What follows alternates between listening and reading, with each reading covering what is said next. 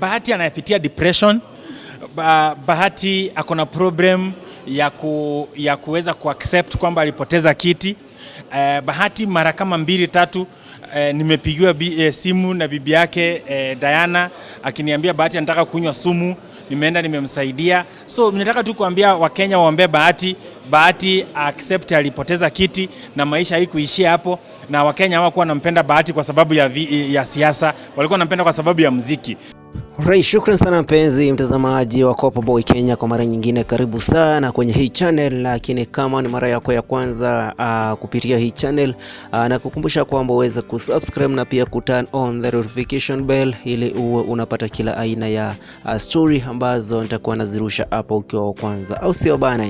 Nina uhakika kwamba unafahamu aliyekuwa gospel chama Ringtone Apoko'S na mtoto wa Diana, mtoto wa mama Bahati Kevin Kioko mwenyewe, na historia yake ile ya kutoka kwa gospel kwenda kwa secular na mwishowe kujiunga na politics pale ambapo walikuwa kiwania kiti cha ubunge eneo bunge la Mathare bana. Tangia tarehe 9 Agosti, baada ya kutangazwa kwamba ameweza kupoteza kiti hicho, hajaweza kuonekana tena kwenye kurasa zote za kijamii bana, na jambo ambalo pengine limewacha wengi kwa alama ya mshangao kwa njia moja au nyingine, au sio? Lakini Ringtone Apoko'S ameweza kuweka wazi kwamba Bahati anapitia changamoto sana, ikiwemo depression, jambo ambalo linampelekea pia kufuta picha zake kwenye Instagram, na hivyo anatuomba tuweze kumwombea sana Bahati ili hali yake iweze kurudi ya kawaida.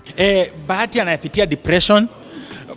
Bahati akona problem ya kuweza kuaccept kwamba alipoteza kiti. Bahati mara kama 2-3 nimepigiwa simu na bibi yake Diana akiniambia Bahati anataka kunywa sumu. Nimeenda nimemsaidia. So ninataka tu kuambia Wakenya waombe Bahati accept alipoteza kiti na maisha haikuishia hapo, na Wakenya hawakuwa wanampenda Bahati kwa sababu ya siasa, walikuwa wanampenda kwa sababu ya muziki. Vile vile ameweza kueleza kwamba kutokana na video aliyoifanya, akieleza kwamba alikuwa ametoka kwenye gospel industry, ilikuwa ni undercover. Nataka kuchukua hii nafasi kuthank wale watu ambao wote wamenisupport kwa gospel music. Hii nimekuwa nikiimba for this time, na sasa imefika mwisho, nimeamua nianze kuimba my love songs. Anaeleza kwamba alikuwa anataka kufahamu zaidi mambo yalivyo kwenye upande wa secular. Kulingana yeye, ameeleza kwamba asilimia kubwa ya wanadanda wa Nairobi, asilimia 98 ni wavutaji bangi. Mimi nimekuanga gospel siku zote, na mimi ndio chairman wa gospel. Mimi wacha nikwambie, nilikuwa nimeenda undercover mission.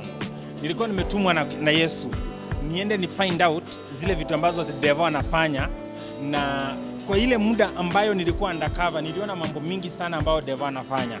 Wasichana wa Nairobi, si Kenya, wasichana wa Nairobi 98% ni wavutaji wa bangi.